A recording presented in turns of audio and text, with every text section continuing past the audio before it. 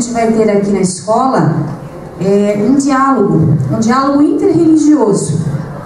O que é um diálogo interreligioso? Ele é um diálogo entre as diversas tradições religiosas, né, que existem hoje aqui em Jaraguá do Sul, no Brasil, no mundo, né? Graças a Deus hoje mudou, devido às diferenças que nós temos. Hoje há a possibilidade desse diálogo, né? E o diálogo interreligioso, o primeiro que aconteceu foi na cidade de Assis, na Itália, há 23 anos atrás, a convite do Papa João Paulo II. Esse foi o primeiro diálogo. Então olha quanto tempo, né? Porque antes existia o diálogo confessional entre as igrejas católicas, depois houve o diálogo ecumênico entre as religiões cristãs, e hoje tem o diálogo interreligioso, que é entre todas as tradições religiosas. E na escola a gente trabalha isso, no ensino religioso, né? Essas diferenças, o respeito pelas diferenças.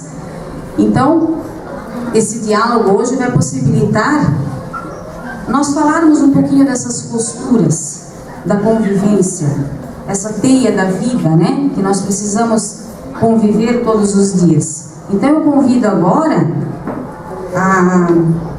passo a palavra, né, para a pastora Pamela Milbrads, líder da paróquia Apóstolo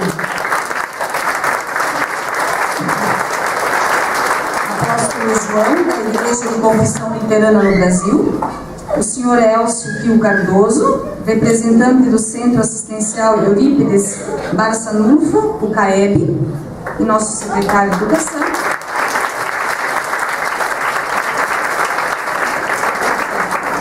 O senhor reverendo Euclides Amaral, líder da Igreja Presbiteriana,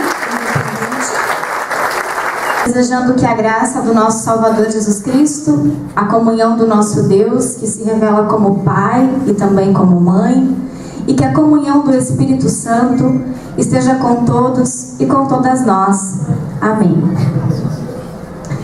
Então eu fui convidada para conversar com vocês sobre o termo costura, sobre a costura, a partir da Igreja Luterana, na qual eu represento.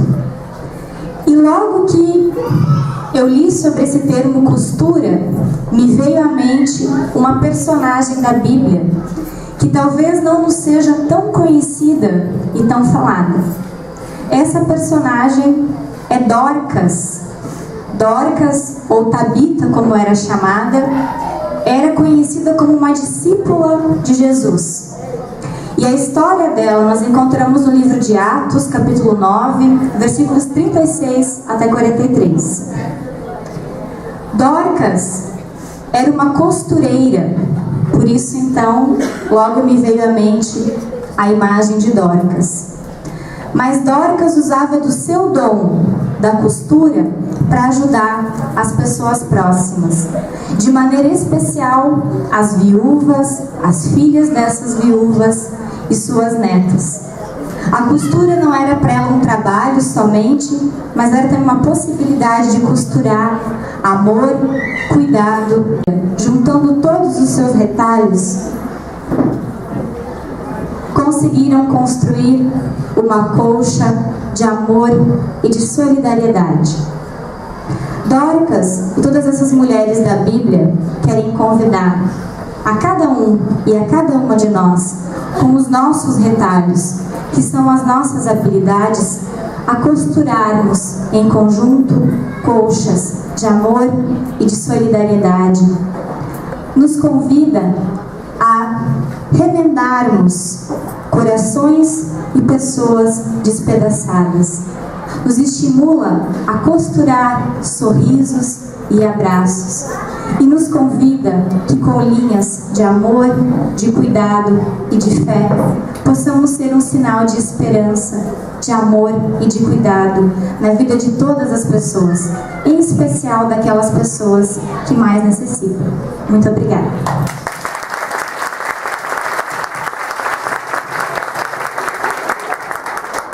Bom dia a todos. Bom dia. É uma satisfação estar aqui. Como foram bonitas as palavras da pastora, né? É muito bom a gente parar um pouquinho e ouvir isso. Ontem à noite em um dos eventos lá do CAEP, a gente estava falando exatamente sobre isso. Uma pequena história de que uma criança estava passando um carro correndo rápido pela estrada, e um rapaz num carro muito possante, correndo muito, e aí um menino joga uma pedra na porta do carro, e ele para, muito bravo, vai brigar com o menino disse para ele: moço, eu só joguei a pedra no teu carro porque eu estou precisando de socorro, ninguém me ajuda, meu irmão caiu aqui no buraco, eu não consigo tirar e ele vai morrer, e aí eu apelei e joguei uma pedra no teu carro. E o moço olhou para ele, olhou para o buraco, tirou o menino, levou para o pronto-socorro, socorreu e nunca mais consertou a porta, porque ele percebeu que havia um momento dele parar, ele precisava parar, ele estava indo muito rápido. E isso que eu estou vendo aqui, coisa mais maravilhosa do mundo, nós paramos, nós sentamos, nós estamos vendo o trabalho dessas crianças, que partiu de um projeto maior e acabou chegando, culminando nesse fechamento aqui, uma coisa fantástica. Quando me convidaram para falar sobre costura, eu fiquei bem preocupado, porque de costura eu entendo muito pouco, mas eu me lembrei já imediatamente, assim, muito rapidamente, que em Marcos, capítulo 2, versículo 21, Jesus Cristo disse assim: não se costura remendo novo em pano velho, porque se você fizer isso, o remendo novo vai estourar o pano velho e o buraco vai ficar maior ainda. E aí eu comecei a pensar, puxa vida, mas que significado tem isso? E como é que eu vou passar isso numa homenagem no Dia das Mães, no meio de crianças de 4º e de 5º ano, que talvez pouco entendam. Por que o remendo novo vai estourar o pano velho? Porque quando você coloca o remendo novo num pano velho, na primeira lavada que você der, naturalmente ele vai encolher um pouquinho, e aí o que costuma acontecer? Ele vai rasgar o pano velho, aí o pano velho vai acabar ficando com um buraco maior. Então Jesus queria dizer de uma forma muito tranquila para nós: eu não vim fazer uma costura de um remendo novo em um pano velho. Existe o velho, que é o Velho Testamento, e a pastora foi muito feliz quando falou disso. Existe o Novo Testamento, porque Jesus, ele era o pano novo, não era o remendo novo na vida das pessoas. Então essa compreensão era a primeira compreensão que eu tinha de costura, a primeira coisa que veio na minha cabeça. A segunda coisa que veio na minha cabeça é que desde o Gênesis, quando Adão e Eva perderam a vergonha, obtiveram a vergonha, eles tiveram que costurar vestidos de folhas para se cobrir e tal, a costura apareceu ali. E uma coisa frequente na Bíblia inteira, se vocês olharem, é que a costura, ela aparece num sentido muito mais amplo. As pessoas, quando sofriam alguma coisa, elas rasgavam as vestes. Se vocês lerem na Bíblia, tem várias passagens disso, eles rasgavam as vestes. Por quê? Porque as coisas mais importantes que existiam para eles eram ter o que vestir, ter o que comer, ter onde morar. E rasgar as vestes tinha um significado de, ao rasgar, você abrir e mostrar o peito, que é onde você sentia dor. Então, se nós olharmos, na Bíblia inteira aparece isso. E em Eclesiastes, quando ele diz: há um tempo de plantar, há um tempo de colher, há um tempo de rasgar, há um tempo de costurar, há um tempo para tudo. E hoje é o tempo da gente parar, escutar um pouquinho e ver o trabalho dessas crianças em homenagem a vocês. E é isso que a gente tem que fazer. A gente tem que de vez em quando parar, escutar e entender. E misturar também, porque nós estamos aqui, 3 pessoas de representações diferentes, falando da mesma coisa. A mesma coisa. Nós só estamos preocupados em fazer aquilo que eu acho que Deus colocou como missão para cada mãe nesse mundo. Eu acho que vocês, mães, e hoje a gente está aqui por isso, são os instrumentos da costura que Deus espera. Deus espera que nós costuremos essas crianças, os filhos, a tua família, a Ele. E vocês são o instrumento que Ele escolheu para fazer isso. Por isso nós nascemos de vocês, por isso nós vivemos com vocês, e por isso nós sempre queremos voltar para vocês. É isso que eu queria dizer.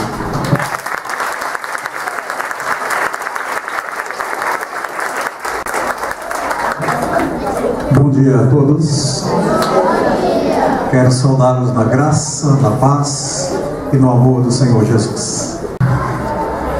Eu tenho aqui em minhas mãos, eu creio que todos vocês conhecem a Bíblia Sagrada, e aqui está o maior de todos os projetos que nós precisamos conhecer. É um projeto de vida. É um projeto de vida. E todo projeto tem um idealizador. Né? A professora Ilaí, quando nós conversamos, ela empolgada com o projeto, a gente olhava os olhos da professora Ilaí e os olhos dela brilhavam, assim como eu vi no depoimento de cada aluno, que seus olhos brilhavam por estar participando do projeto. E todo projeto tem um idealizador. E o idealizador do maior de todos os projetos foi Deus. Deus idealizou a nossa existência. A existência do homem, do ser humano. E no domingo eu ainda pregava na igreja e eu dizia: você já leu na Bíblia alguma vez que Deus fez alguma coisa que Ele não gostou? Ah, pois eu descobri uma coisa e eu preguei domingo na igreja. Lá diz assim: e descobriu Deus que não era bom que o homem estivesse só. Ou seja, Deus descobriu que nós temos que viver em comunidade. E quando Ele nos cria, quando Ele nos faz, Ele desenvolve todo um projeto. E esse projeto de Deus, o homem tenta interrompê-lo através do pecado, através da sua desobediência, através da ausência de Deus no seu coração. E Deus continua este projeto. E o projeto de Deus vai culminar com a postura de algo que nós precisamos e que nos leva a entendermos a necessidade de vivermos juntos. Deus foi o maior de todos os costureiros e projetistas. Por quê?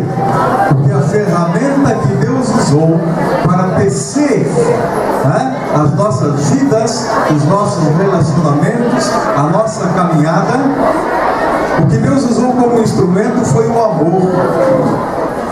E o amor que se revela em um momento todo especial.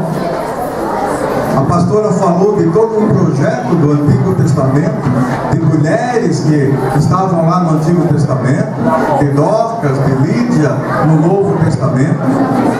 Mas todos os projetos de Deus, esta costura de Deus, a ferramenta que Ele usa é o amor. E sabe como este amor se concretiza? Ele se concretiza na figura de uma mulher. Igual você que está aqui nesta manhã sendo homenageada.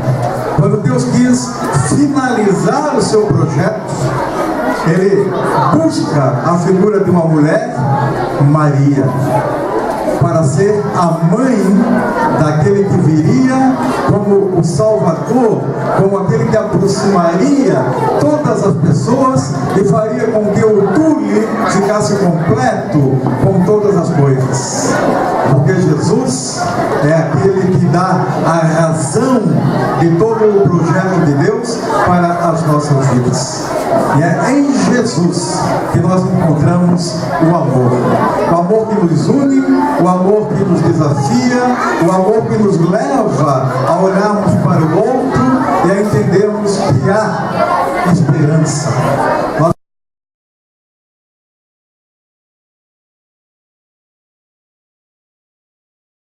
A palavra postura e o que ela representa para a nossa organização e o budismo, podemos dizer que ela remete a um princípio fundamental para qualquer praticante do budismo: a relação de mestre e discípulo.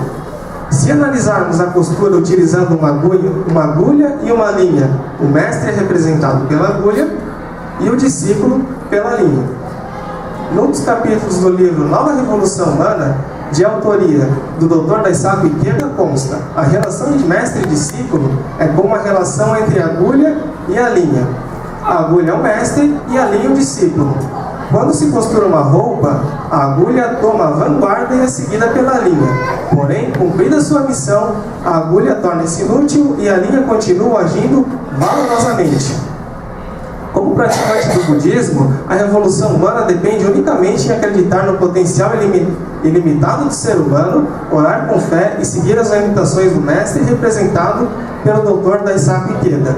Dessa forma, costurar significa seguir os direcionamentos do mestre baseado na profunda filosofia humanística do budismo e com isso transformar o âmago da vida, ser extremamente feliz e fazer outras pessoas felizes. Para finalizar, deixo mais uma frase do Dr. Ikeda que diz: o que a humanidade espera que chegue com o século XXI não é a simples reorganização formal, mudança que nada muda. O que os homens desejam é uma revolução da qual todos participem, que se faça dentro da paz e que mude o próprio indivíduo, sustentado na prudência e num sábio sistema de princípios. O que eu chamo de revolução total é a nossa paz mundial. Muito obrigado pela oportunidade e parabéns a todos.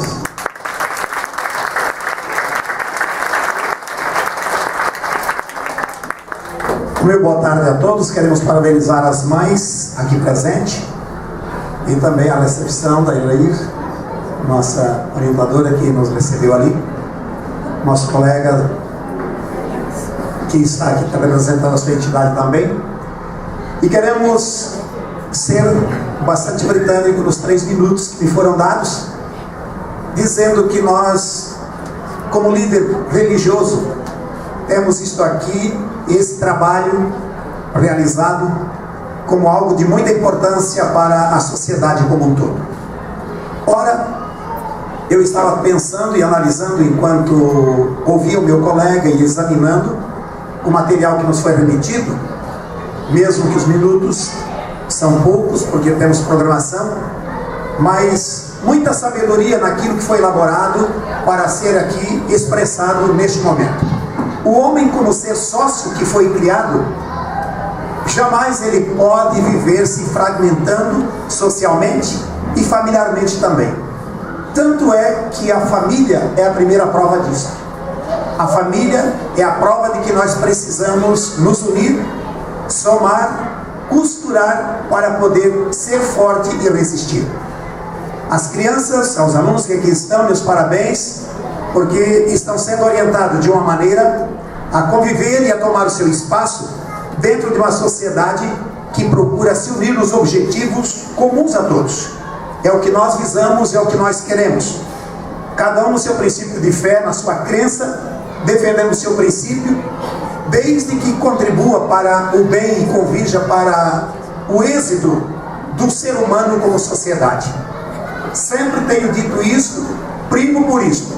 Nós devemos somar, devemos nos unir, devemos dar as mãos e trabalhar juntos para poder construir uma sociedade sólida, que os nossos filhos, as nossas crianças, eles se sintam amparados em todos os meios e que eles possam ter coragem de se projetar, de planejar e de ver concluído também os seus sonhos. Só assim nós chegaremos ao nosso objetivo maior, que é fazer da nossa sociedade e do ser humano uma pessoa capaz, alguém sólido e com sonhos realizados e trazendo felicidade a todos.